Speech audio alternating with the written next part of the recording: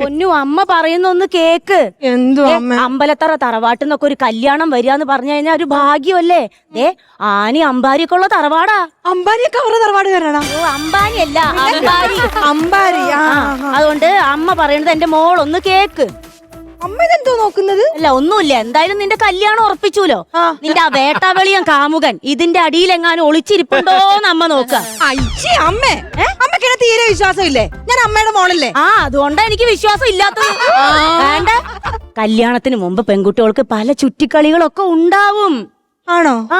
അപ്പൊ അമ്മയ്ക്ക് കല്യാണത്തിന് പിന്നെ വേറെ ലൈൻ ഉണ്ടായിരുന്നു?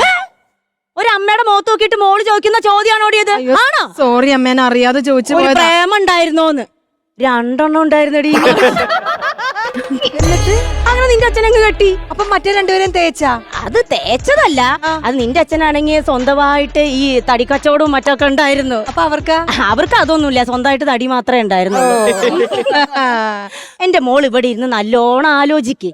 കുമ്പളപ്പവും തിന്ന് ഇവിടെ അങ്ങനെ കിടക്കണോ അതോ അന്യനാട്ടിൽ പോയിട്ട് സാൻഡ്വിച്ച് കഴിക്കണോന്നൊന്ന് ചിന്തിക്ക്.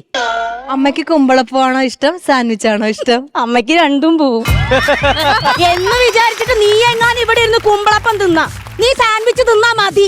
അമ്മ ഇങ്ങനെ പറയല്ലേ, എനിക്ക് വിജിലേഷ് ചേട്ടനെ മറക്കാൻ പറ്റുന്നില്ല. ഞങ്ങൾ കൊറേ സ്വപ്നം കണ്ടുപോയി. അത് ഈ പ്രായത്തിൽ കുറെ സ്വപ്നങ്ങളൊക്കെ കണ്ടുന്ന് വരും. മോൾ അമ്മേനെ നല്ലോണം അമർത്തി ഒന്ന് കെട്ടിപ്പിടിച്ച് ഒന്ന് കരയേ, അപ്പൊ എല്ലാ വിഷമങ്ങളും മാറും. മോളുടെ നെഞ്ചത്തുനിന്ന് അവൻ പറിച്ചങ്ങ് പൊക്കോളും. ആണോ? അപ്പൊ അമ്മയുടെ കല്യാണത്തിന് മുന്നേ അമ്മയുടെ അമ്മേനെ ഒരുപാട് കെട്ടിപ്പിടിച്ചിട്ടുണ്ട്. കൊള്ളാം. അമ്മയെ മാത്രോ?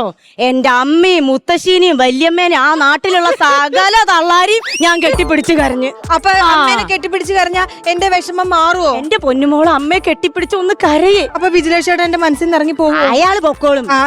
കെട്ടിപ്പിടിച്ച് എന്റെ പൊന്നു വായോ, അമ്മയുടെ സുന്ദരി വായോ. മറക്കാൻ പറ്റണേ. അയ്യോ വിജിലേഷ് ചേട്ടൻ അല്ല, വിജിലേഷ് ചേട്ടനെ എന്റെ മനസ്സിൽ നിന്ന് പറിച്ചു കളയാൻ പറ്റണേന്ന് പ്രാർത്ഥിക്കായിരുന്നു. അങ്ങനെ വേണം പ്രാർത്ഥിക്കാൻ. പ്രാർത്ഥിച്ചോളാം. അല്ല, അമ്മ ഒരു സൂത്രം പറഞ്ഞുതരാം. ഇനി മോൾക്ക് അന്യ പുരുഷന്മാരെ വല്ല വിചാരവും വന്നാ അമ്മ ഒരു നാമം ചൊല്ലിത്തരാം, അതങ്ങ് പറഞ്ഞാ മതി. പറഞ്ഞോ. പതിവ്രത, ഭർത്താവ്, സ്വന്തം മക്കള്. പതിവ്രത, ഭർത്താവ്, സ്വന്തം മക്കള്. പ്രാർത്ഥിച്ചോളാം. ഇത് നിന്നങ്ങ് പ്രാർത്ഥിച്ച് കിടന്ന് അങ്ങ് ഉറങ്ങിക്കോ കേട്ടാ. ശരി അമ്മ പൊക്കോ.